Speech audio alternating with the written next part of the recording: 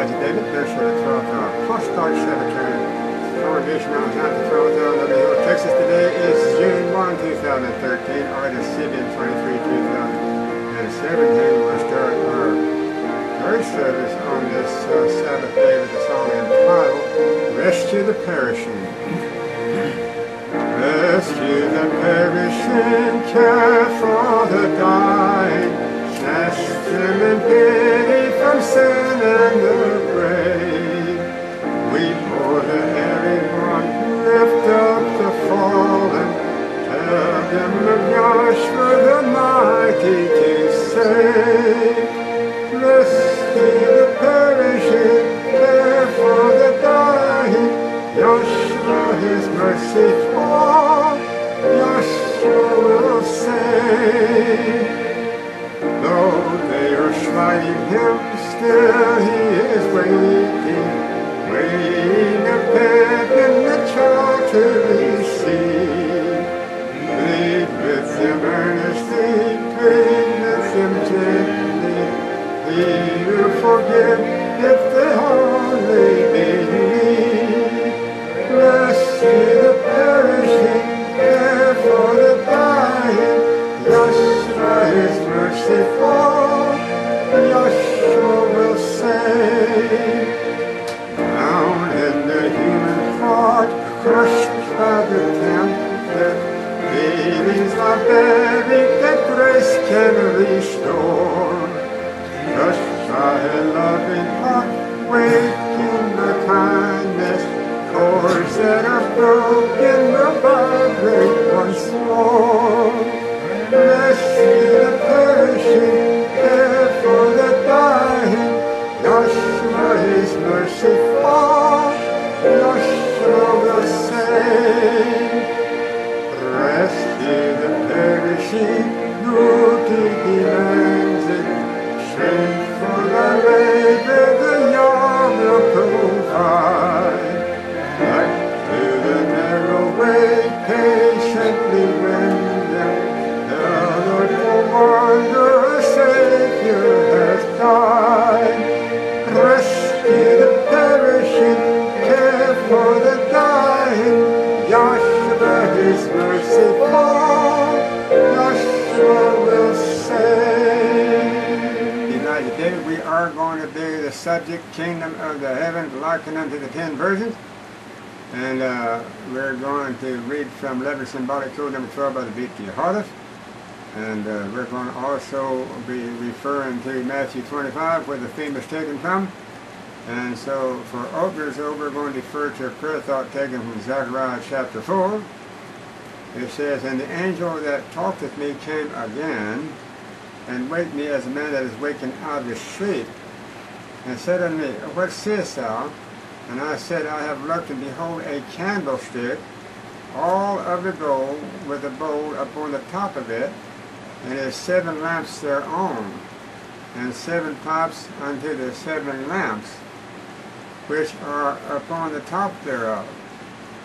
And 2 olive trees by it, one upon the right side of the bowl, and the other upon the left side thereof. So I answered and spake unto the angel that talked with me, saying, What are these, my master? Then the angel that talked with me answered and said unto me, Knowest thou not what these be? And I said, No, my master. Then he answered and spake unto me, saying, This is the word of the Yahweh unto Zerubbabel, saying, Not by the might, nor by the power, but by my spirit, saith the Yahweh of hosts. Who art thou, O great mountain? Before Zerubbabel thou shalt become a plain, and he shall bring forth the headstone thereof with shoutings, grace, grace unto it. Moreover, the word of the Yahweh came unto me, saying, For the hands of the Zerubbabel have laid the foundation of this house. His hands shall also finish it. And thou shalt know that the Yahshua of the host, that's the Son, has sent me unto you. For who hath despised the day of the small thing?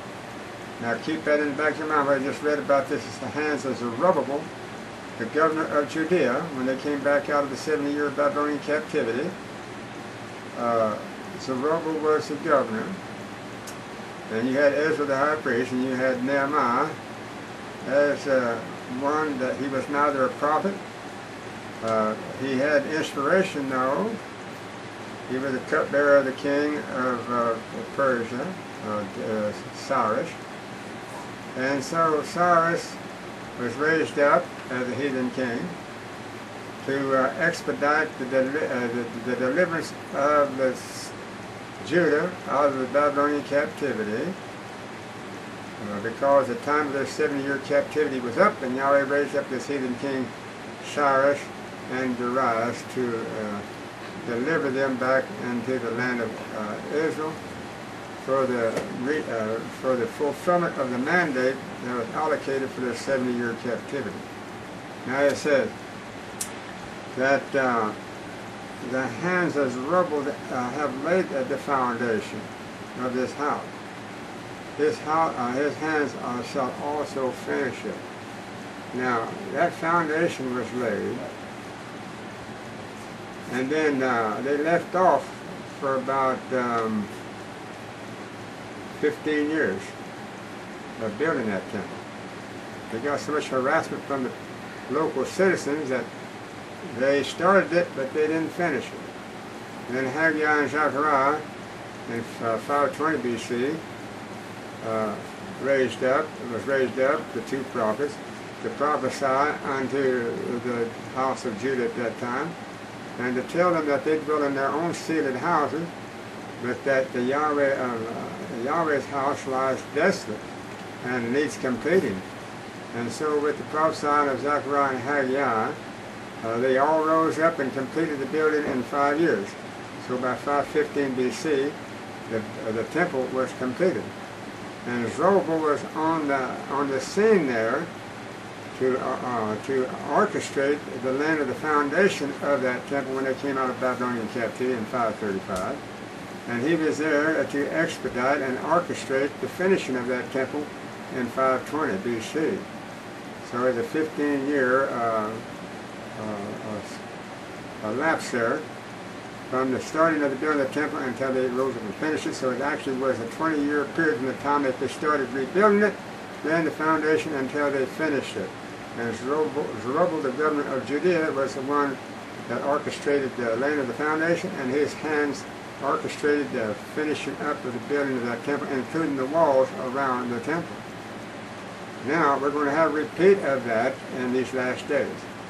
We're going to have a spiritual repeat of that, where the antitypical hands of Zerubbabel, the governor of Judea, is once again going to lay the foundation of the spiritual temple of the Judah, the lawgiver, which is also the mountain of the house of Yahweh, which is the house of David, and which is also the everlasting kingdom of the David here in these last days, fulfilling the prophecy of Daniel 2, 44 and 45 about the little stone being hewn out of the mountain without hands and going into a mountain and filling the whole earth, Daniel 2, 44 and 45.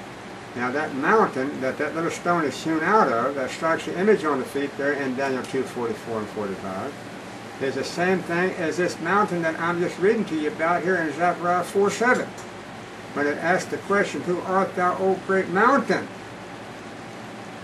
Well, that's a prophecy. That's the same prophecy that Daniel had about that little stone being hewn out of that mountain.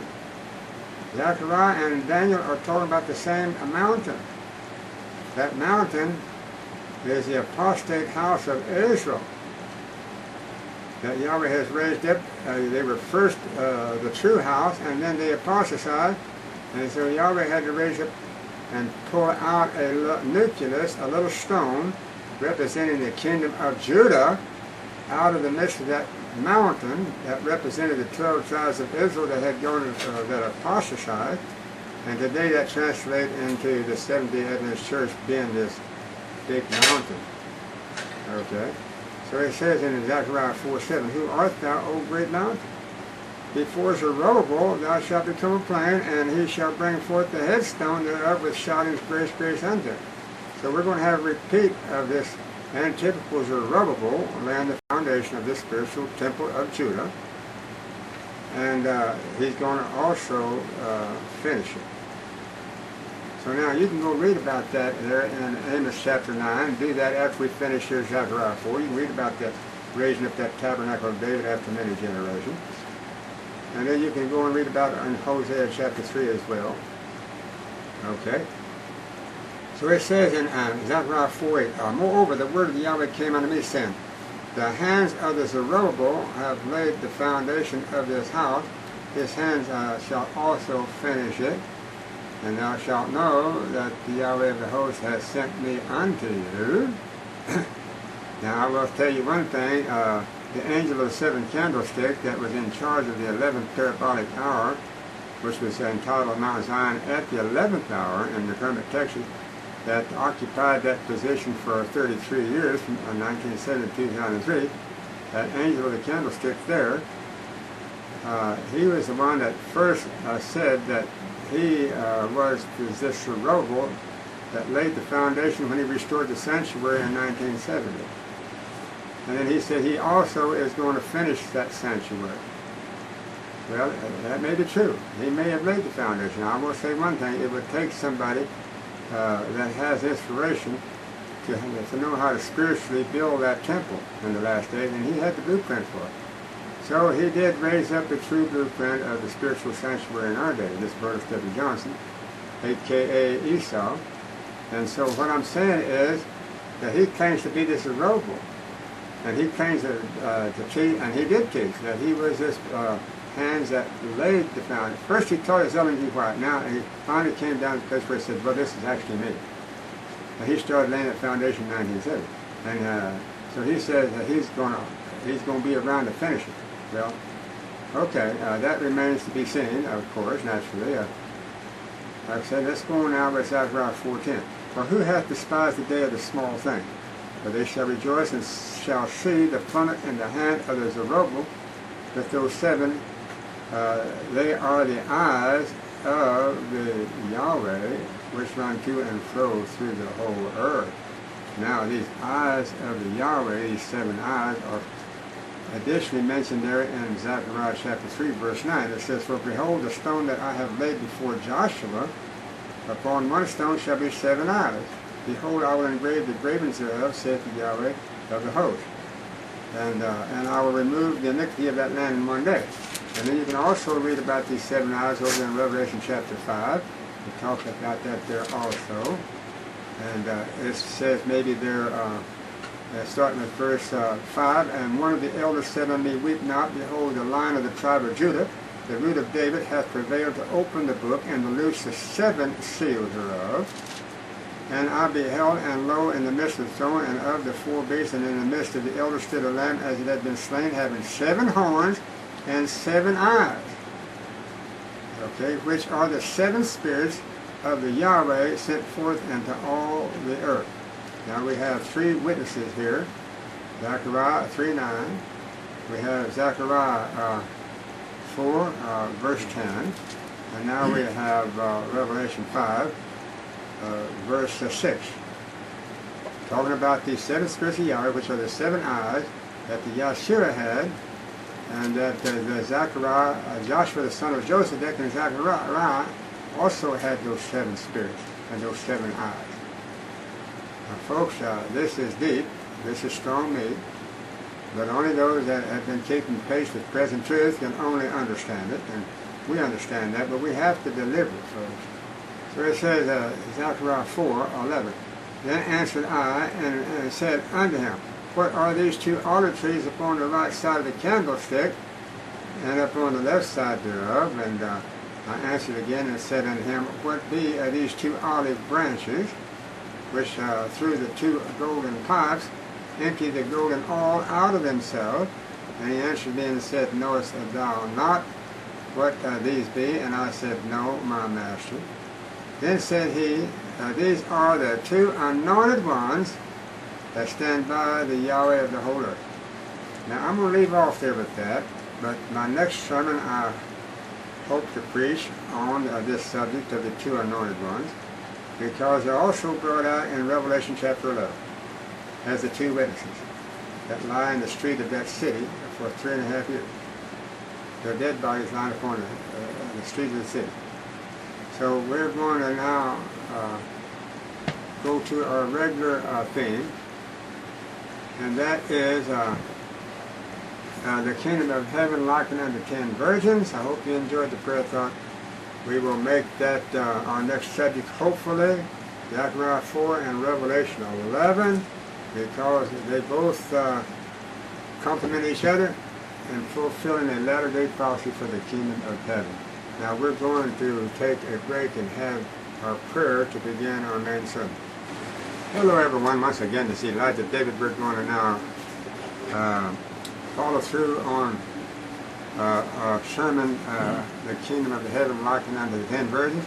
I know that we've dealt with that in the last 2 sermons, I think, but we're going to again deal with that again.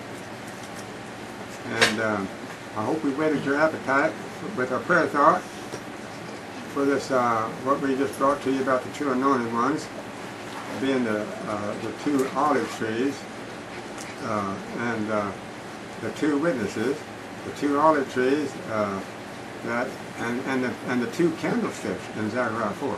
2 olive trees, 2 candlesticks, and 2 anointed ones, which is the Old and the New Testament, which is the word of Yahshua in the Old and the New Testament, because he's the author of the plan of salvation, starting at the Garden of Eden. He's the author and finisher of our faith, and he started his authorship with Adam and Eve in the garden when they sinned. And so John 1:14 says, the Word became flesh and dwelt among us. So Yahshua is the Word. So he is the author of the Old and New Testament, and so therefore he's the executioner of his kingdom that he has personally taken charge of and inherited by virtue of the fact that he had made a covenant with the Father at the beginning that if the world ever fell into sin, that he would come and redeem it by his own blood and offer his own body for a sin offering, for the redemption of all mankind that falls under sin. So by that virtue he has become the author of the salvation of the Old and New Testament. He is the Word. He is the 2 witnesses found in Revelation 11. He is also those two Old and New Testament represents the 2 witnesses as well as the 2 anointed ones in Zechariah 4, and also it represents the two candlesticks. There are 2 candlesticks, one on the right side and one on the left side of that golden bowl, on top of that candlestick, and that candlestick. So there's 3 candlesticks mentioned in Zechariah 4. 2 of them represents the Old and New Testament, and that one that's holding the golden bowl with the 7 lamps of burning is the 10th candlestick. Okay, so 10 means universal, means worldwide. 7 means complete. So when you have the 7 candlesticks of Asia mentioned in Revelation chapter 2 and 3, what do you have? You have a complete representation of the house of Israel for Israel exclusively. But when you have the other 3 candlesticks, the 2 in Zechariah 4 and the 3 and that one that's holding that golden bowl in Zechariah 4, then you have the 10 candlesticks. Then it represents not only Israel, but all of their Gentile brethren that is to be harvested in the end time, represented by gathering them from the 4 corners of the earth, meaning universal. 10 means universal. 7 means locally complete for the church, exclusively. And then the 10 means worldwide. So now that's a new point that hadn't been brought out just that way before. But now let's get on into our sermon here now. We're on 11 Symbolic Code, number 12. Those of you that have the Symbolic Code, turn to it, to the subject of the Kingdom of the Heaven Likened unto 10 Virgins. Brother Holliff, I'm going to dispense with his prayer thought that he had. And we're going to get right into the subject. We're going to start with Matthew 24, 42, and 43. Watch therefore, for you know not what hour your master doth come. But know this, that if the good man of the house had known and what watch the thief would come, he would have watched and would not have suffered his house to be broken up. For these verses convey the idea that no one knows the day and the hour of the Yeshua's coming, meaning his coming back a second time in our day. And therefore, the Yeshua himself, now, this is Yeshua talking for himself, admonishes his people, so he's coming back to reclaim, and to redeem by his blood, to be ready all the time. Okay, so now, that's simple enough. Just be ready every day by walking in the counsel of his light that shines upon your pathway every day. Now it says in Proverbs 4:18, for the path of the just is as a shining light that shineth more and more until the perfect day. So now once this light starts shining upon our pathway, what does that suggest? It means that you're in pursuit of going down that pathway. You're not standing still. So, because that light is also moving along. Now if you don't stay up with the light, pretty soon your feet's going to be found in darkness. Okay, let's continue on. Then he draws the illustration that if a certain one knew that a thief would attempt to break into his house at a certain time, he would certainly watch for him. But the fact is that no one knows exactly when a thief will enter. Okay. You know what? I have to tell this story again. I've told it before.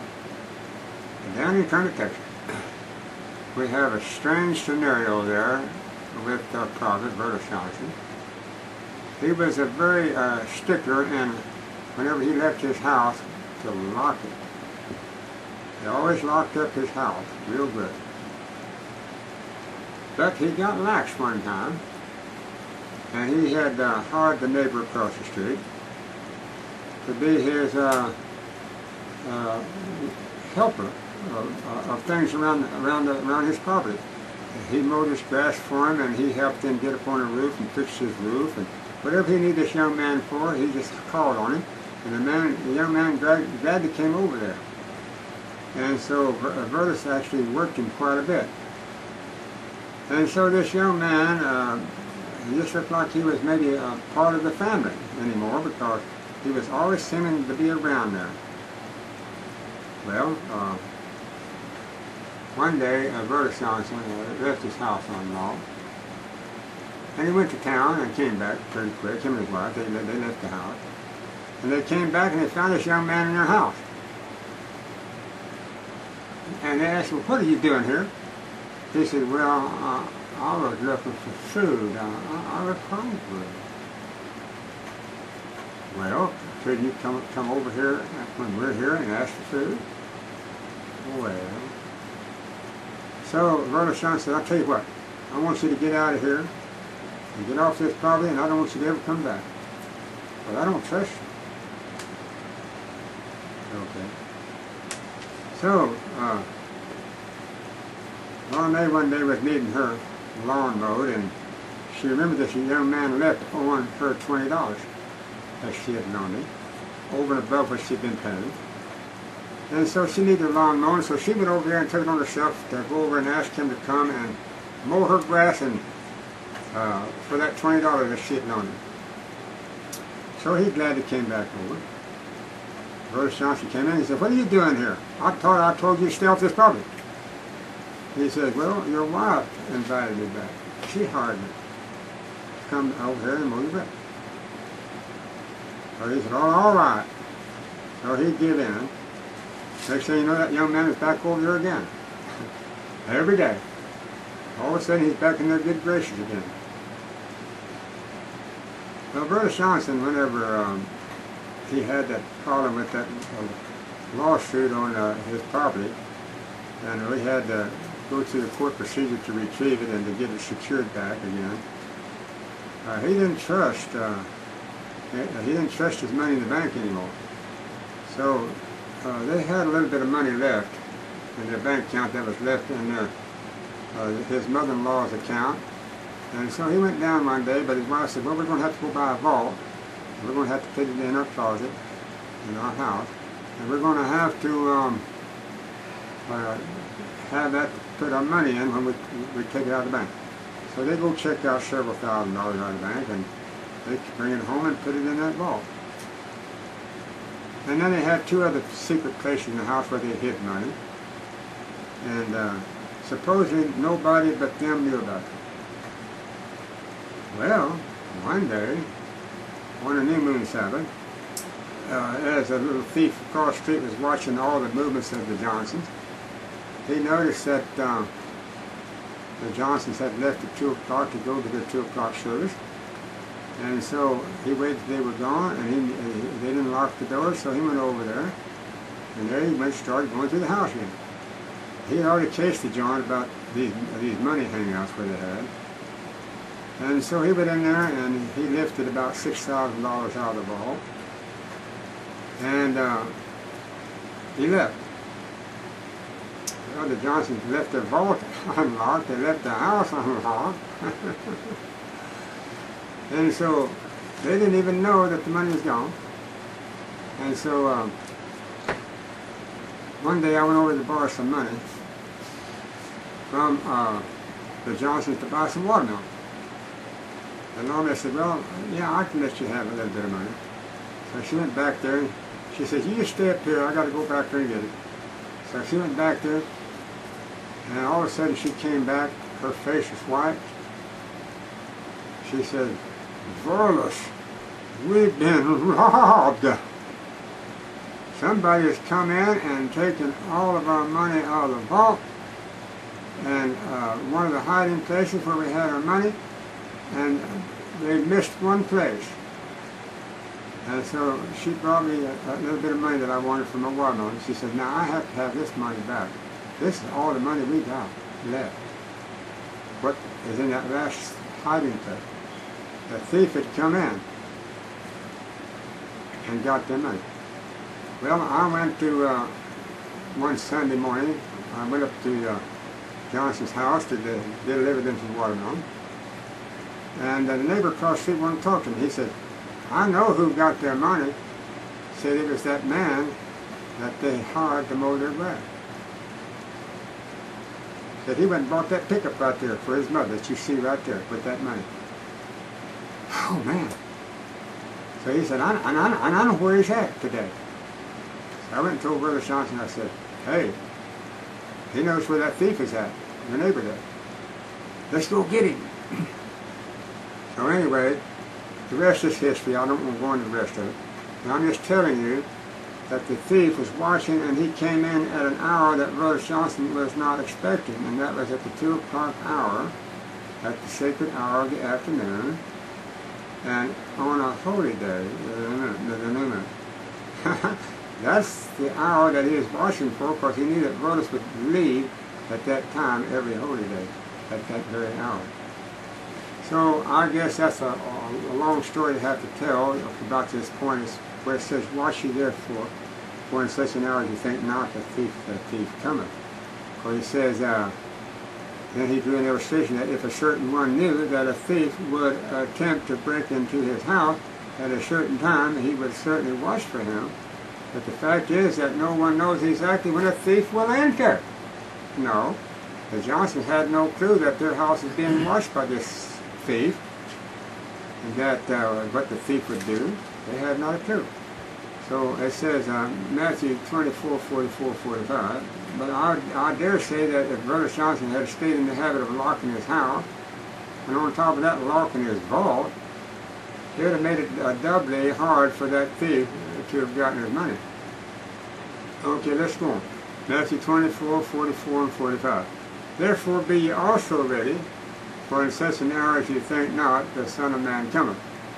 Who then is a faithful and wise servant whom his master hath made ruler over his household, to give them meat in the due season? This implies that there are certain conditions which must be met by those who would be called faithful and wise servants. They must be given meat in due season. Matthew 24, 46. Blessed is that servant whom his master when he cometh shall find so doing. We as a denomination, as a Seventh-day Adventist, should be able to reason out the lesson that is in these verses. According unto the verse 45, the Yahshua had made someone ruler over his household, that is, between two dissimilar servants that were in the same congregation together at the same time, that were vying for the leadership of the congregation. Okay, the older one was in charge, the younger one, unbeknownst to him, is there waiting for his turn to succeed the older one when he fails, because the older one, the firstborn, according to the scriptures, always fail at their post.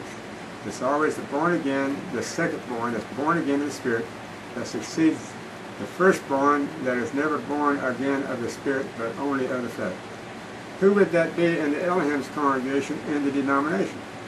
If we are to attach this unto someone, it would necessarily be attached unto the president of the General Conference of the Seventh-day Adventists, who has all the work. And of course, since his responsibility is spread throughout the churches and shared by the ministry whom he directs, it follows that they are included in what Yahshua is saying here. That is the only thing that it could be. Matthew 24:45. Who then is a faithful and wise servant, whom his master hath made ruler over his household, to give them meat in the due season? Should not meat in due season be a message from the Elohim, especially addressed unto his people and applicable at that time? Another name for the meat in the due season is present truth. So then, the servant is to give his household present truth. Matthew 24:46. Blessed is that servant whom his master, when he cometh, shall find so doing. Okay, it says, if my application is now right, that this is speaking unto the denomination, the Seventh-day Adventist Church, this prior unto the Yahshua's coming back a second time, and we must understand that the Elohim wants his servants to give unto his household meat in due season until he comes. Now that's reasonable enough, folks, for anyone that is a householder. Okay, in Matthew 24:47. Verily I say unto you, that he shall make him ruler over all his goods. But this verse implies that the Elohim has not as yet made his servants ruler over all his goods. Verily when he proves true, by the tending unto his business of the faithfully giving unto his household meat in the due season, until the Yahshua comes back a second time, then the Yahweh Elohim is going to, or the Yahshua, is going to make him ruler over all his goods. That is the promise. Okay, so it says Matthew 24:48-50. But and if that evil servant shall say in his heart, my master delayeth his coming, and shall begin to smite his fellow servants, and to eat and drink with the drunken, for the master of that servant shall come in a day when he looketh not for him, and in an hour that he is not aware of. Now this is talking about two distinct persons, as I told you earlier, that are in a leadership position in the congregation. One is in charge of the sacred desk, and the other one is his helper. In other words, one is the one that delivers the sermon from the sacred desk, and the other one is the one that gives the prayers off. And that does the tape recording for the other one. If no one is to know the day and hour until the Yahshua comes, then how could this servant be aware of the day and the hour? Do you see that the one statement seems to contradict the other? No one knows the hour, the day. Therefore, Yahweh's people must be ready for the event to occur at almost any time. And if the servant does not faithfully perform his duties, then when the Yahshua is about to come, that servant will not be aware of it. Is that not how you understand these two statements? Up until a certain time, Elohim's people do not know the day and the hour. Really, if they continue to receive meat in the due season, a day will come when this servant is going to be made aware of that hour of that day. Did you get that? the faithful servant that gives the meat in due season, he's going to be made aware of that hour and of that day. Okay, in our previous sermons we have illustrated how it's more than likely going to be just like it was in the type. It's going to be at the Passover starting. Okay, and it's going to be at midnight, meaning that it's going to be in the 12th periodical hour. For this illustration was not given unto us alone, verily unto all Elohim's people, ever since it was written, and they were warned to be ready all the time, because no one knew the day and the hour of his coming. Verily, as the truth progresses and the word of Elohim unrolls, Elohim's servants in the end are to be aware of the day and the hour. Does it not say that? That is just what it does say. But what is the danger here? What caused the servant to begin to eat and drink with the drunken? They said that Yahshua delayed his coming. There are only two occasions in all the congregation history that men complained that the Yahshua delayed his coming. They were the first or early Christians who had expected the Yahshua to come immediately. They thought surely it would not be very long before the Yahshua would come in the like manner as he had gone up. But lo, almost 2,000 years have passed since the promise was given, and Yahshua has not come yet. So there was a chance for the earlier Christians to complain that the Yahshua had delayed his coming.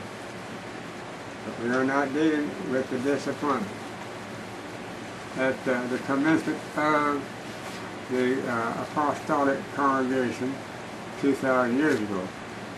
Rather, we are speaking of the time when the Yahshua is really to come in the time of the end. And the time of the end is in the 12th periodic hour that we're in now.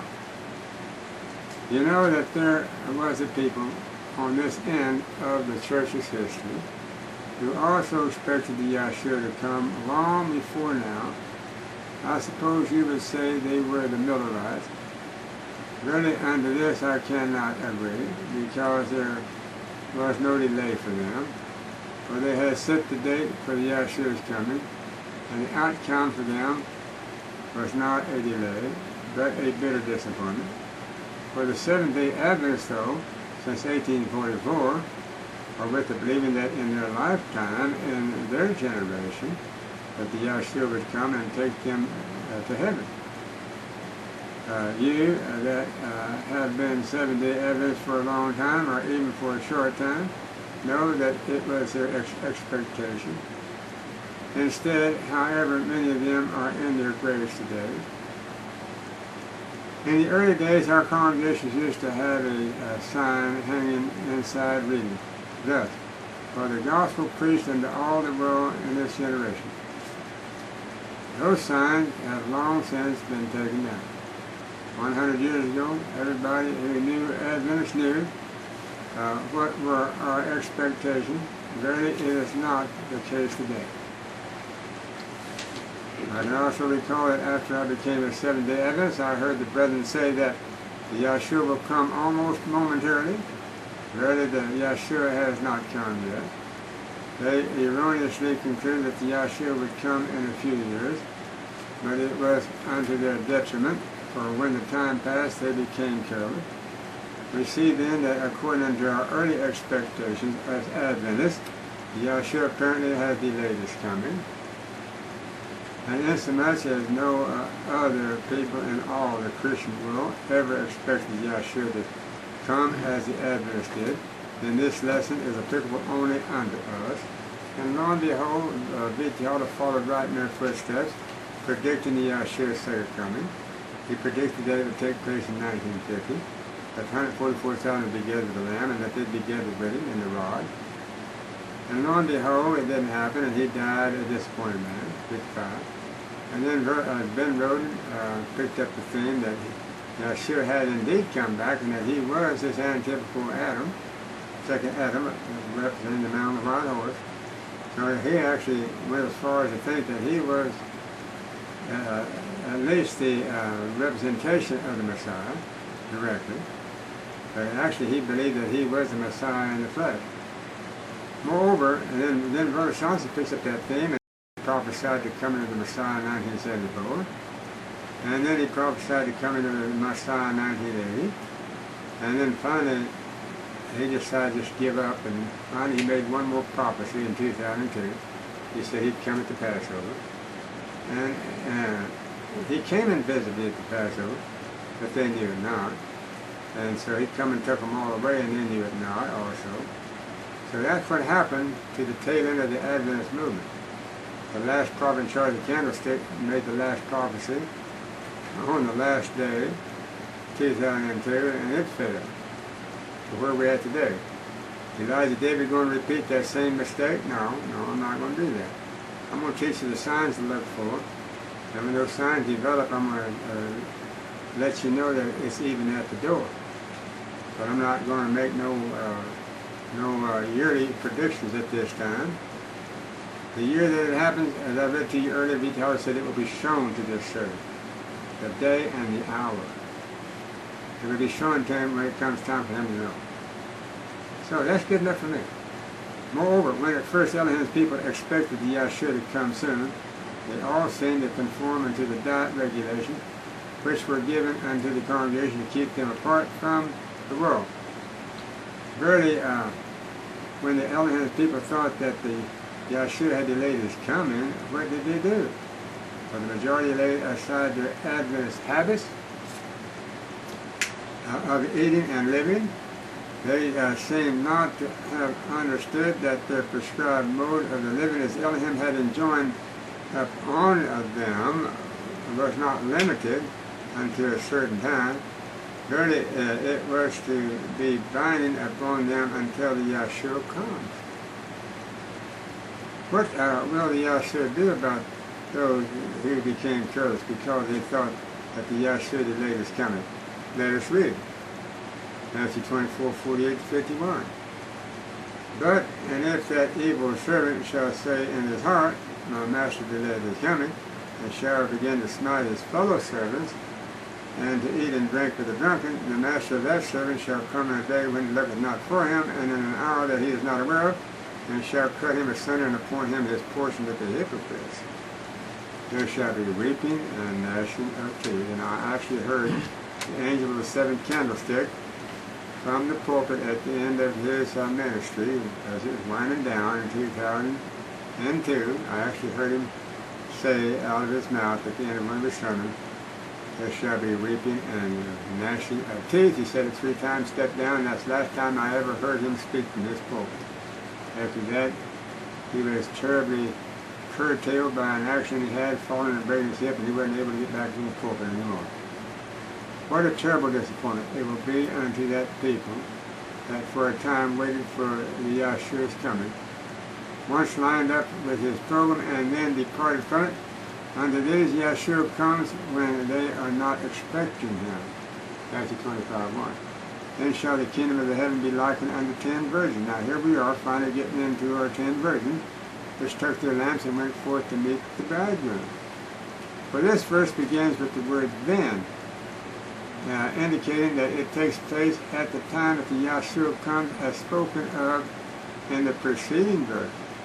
In other words, at the time that the Yahshua comes, the kingdom shall be likened unto something, for the kingdom of the Elohim as a crown kingdom does not exist today, as you know.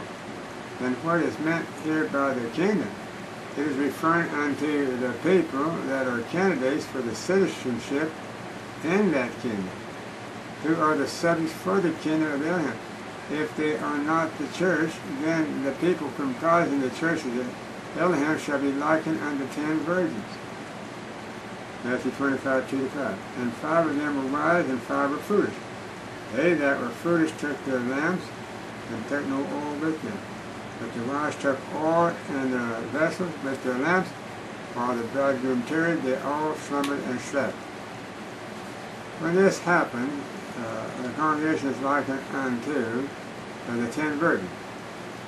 And the ones that were foolish had their lamps all right, but they did not take with them an extra vessel with more oil than what was in the lamp.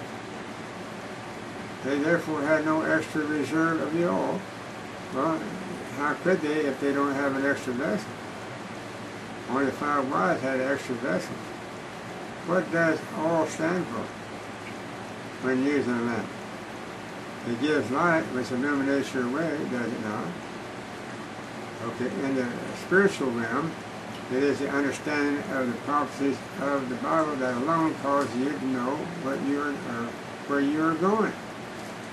Only 5 of the virgins have the extra oil. In other words, they had the correct understanding of the prophecies as they were unfolding. They had availed themselves of the extra oil, that's the extra truth of the inspired messages, so that they could refill their lamps in the case the oil that was in them should be used before they reached their destination. For the light that came in 1844, to lighten the path forward was the truth of the judgment of the dead, which began then. Those that received this light called themselves Seventh-day Adventists from that time on. In their words used in this parable, they filled their lamps with the oil, which represented the judgment of the dead message. Then came the tarrying time. For it is true that the Millerites expected the Yahshua to come onto the earth for the saints on a certain date in 1844, and he did not appear. For they concluded, therefore, that they must have made a mistake, and they were no longer known by a name, for it was the Seventh-day Adventists that expected the Yahshua to come not on a certain day, but in a generation. Okay, now this is interesting. Now the Adventists, they didn't repeat what Miller did, predicted it on an exact certain day. They just lengthened that to a generation. In a certain period of the time, since it did not come, however, they did therefore conclude that the Yahshua delayed his coming. So the Adventists said, well, he's going to be here within the next generation. And when that didn't happen, then they just concluded that he delayed his coming. Matthew 25, 5-6. While the bridegroom tarried, they all slumbered and slept, and at midnight there was a cry made, Behold, the bridegroom cometh, go ye out to meet him. For the cry to meet the bridegroom comes after the time of the tarrying. Matthew 25, 7-12. Then shall those virgins, then all those virgins arose and trimmed their lamps, and the foolish said unto the wise, Give us of your oil, for our lamps are gone out. Verily, the wise answered, saying, Not so, lest there be not enough for us and you. Verily, go you rather unto them that sell, and buy for yourselves. Well, there are people out there selling the plan of salvation. And while they went to buy, didn't say that they actually found it, but maybe they did.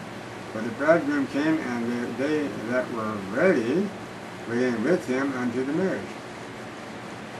And the door was shut. That was the door of the outer apartment of the sanctuary in the heaven. Or Yahshua, on that day that they were expecting to come to earth, actually went to the most holy place. It was on the Day of Atonement, where the Father was there as well, to cleanse the sanctuary. Afterwards came also the other virgins, saying, Master, Master, open unto us. But he answered and said, Verily I say unto you, I know you not. Now I said, an announcement is made that the bridegroom cometh. All the virgins are awakened by it. If the announcement were to come from the general conference, you know that all the members would fill their vessels with the oil, and all would have it, for the facts are, though, that the cry does not come from there. All trimmed their lamps, we are told. What is the implication in that? We may conclude that while the cry goes out, the people trim their lamps with the oil that is in them.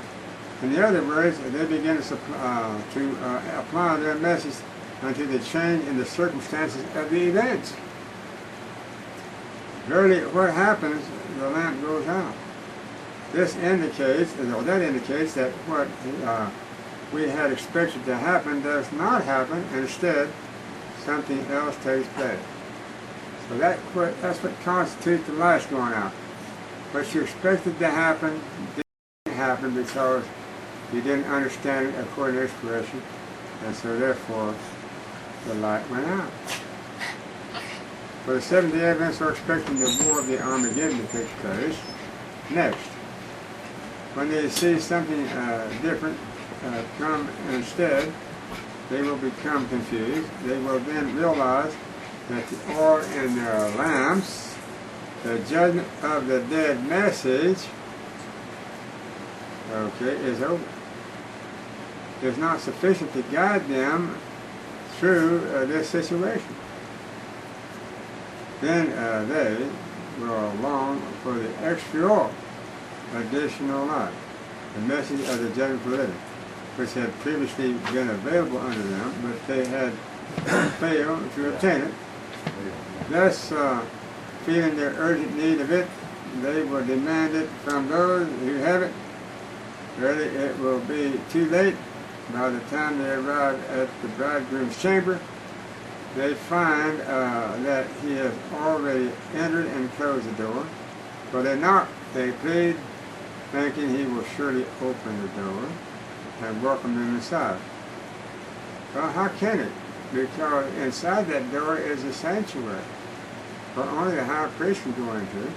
And now that he has purified saints, they can go into it too.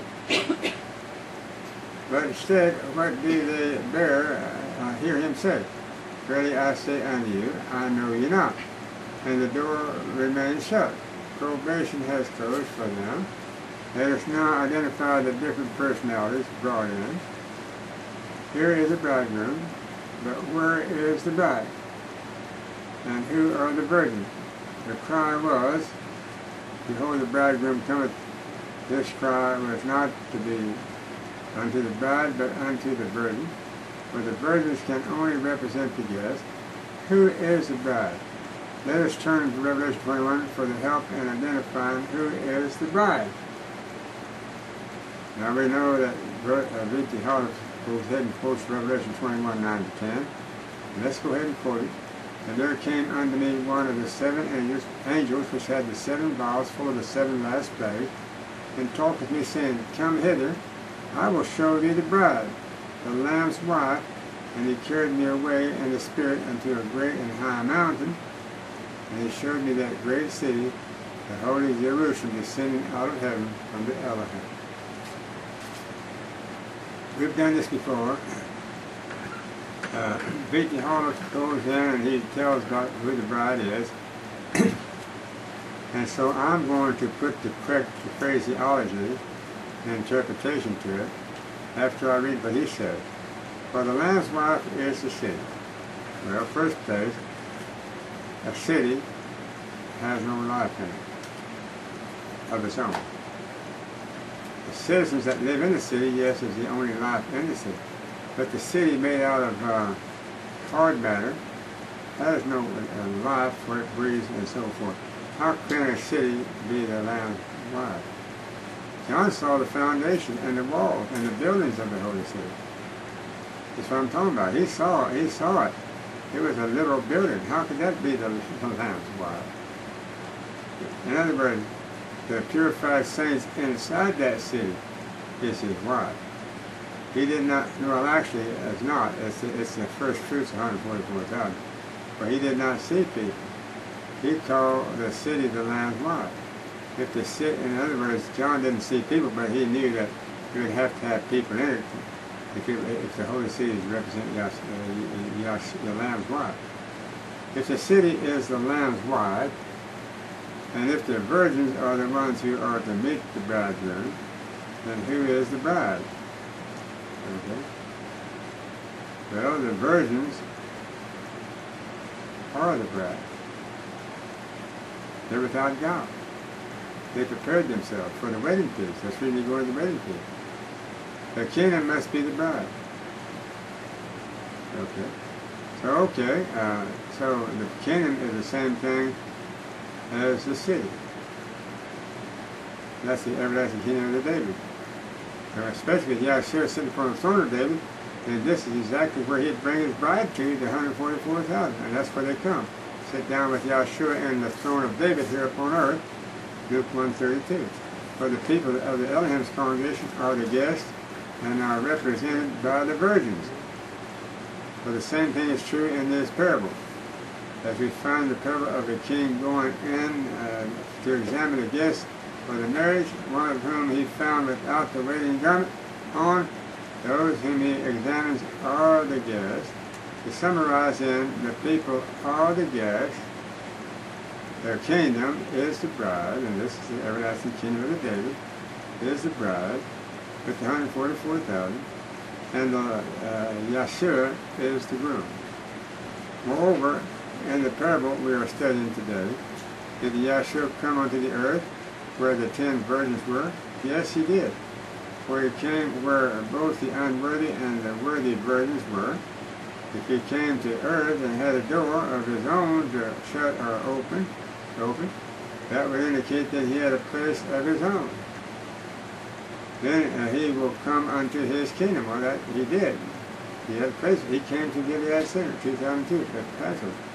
And unless the guests enter on time through the door, and guess what? Yahshua said in John 10 that he is the door of that building, of that temple. They will be disappointed when they knock and the door will not be open to them. In other words, they're going to knock on that door which represents Yahshua, and Yahshua is not going to open up to them because he's going to say, verily, verily, I say unto you, I know you not. Since this coming of the bridegroom is obviously not the visible second coming of the Yahshua to take to heaven his people, who shall meet him in the air, we should be able to find in the Bible something more about it. Let us now turn unto Matthew 25, 31 and 32. Okay, it says, when the Son of Man shall come in his glory, and all the holy angels with him, then shall he sit upon the throne of his glory, and before him shall be gathered all nations, and he shall separate them one from another, as a shepherd divides his sheep from the goats. Folks, we're at the end of our study for this hour, but guess what? We're going to pick up exactly where we leaving off here on page 16 of this here, the 10 virgins. We're going to pick up in our next sermon, and we're not going to waste any time with any prayer thoughts much or anything. We're going to get right into it because we have a lot more information to give on that, and we won't do that in our next sermon. This brings the close of our study, so you can contact us at the 11th hour, or the 12th hour call. That will be when we get it up. Meanwhile, we're emailing the sermons to the people that are listening to them. Sweet by and by. There's a dawn that is fair than day, and by faith we shall view it afar. For the Father is over the way to prepare us a dwelling place there. In the sweet by and by, we shall meet on that beautiful shore. In the sweet by and by, we shall meet on that beautiful shore. We shall sing on that beautiful shore the melodious songs of the blood, and our spirits shall sorrow no more, but sigh for the blessing of rest in the sweet